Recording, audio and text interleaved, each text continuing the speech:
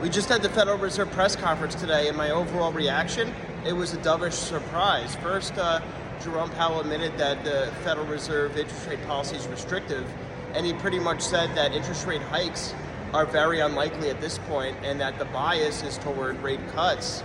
Right now, the Fed Fund futures are pricing in one rate cut in November from those remarks. Another thing that indicated why this was a dovish surprise, in my opinion, is that the Fed's bond selling, known as quantitative tightening, they dialed that down from $60 billion to $25 billion starting in June.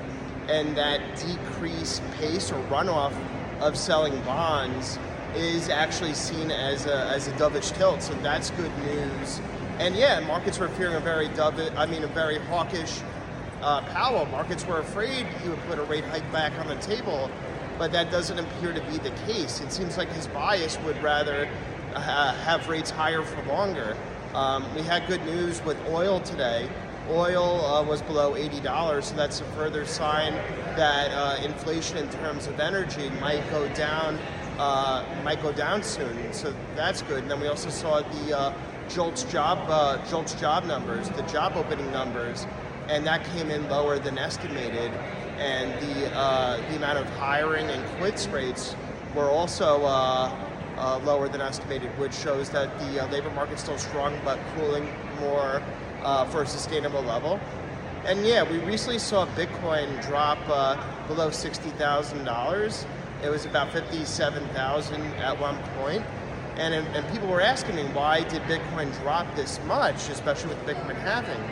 Well, obviously investors were fearing a hawkish Fed, which we didn't get today. But look, in the past year, Bitcoin has dropped 20% 4 times. So if you can't handle a 20% reduction in Bitcoin's price at any given time, and those reductions happen even in bull markets. If you can't handle a 20% reduction, then Bitcoin and crypto isn't for you. So I think if you're patient in the weeks and months to come, historically after a Bitcoin halving, Bitcoin's price accelerates pretty parabolically. Let's hope that history repeats itself this time.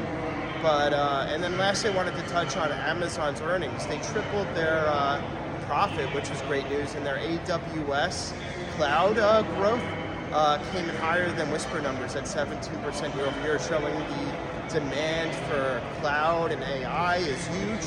This will also likely be good for other cloud players like Netflare, MongoDB, Datadog, and as well as CrowdStrike and Palo Alto networks, in my opinion.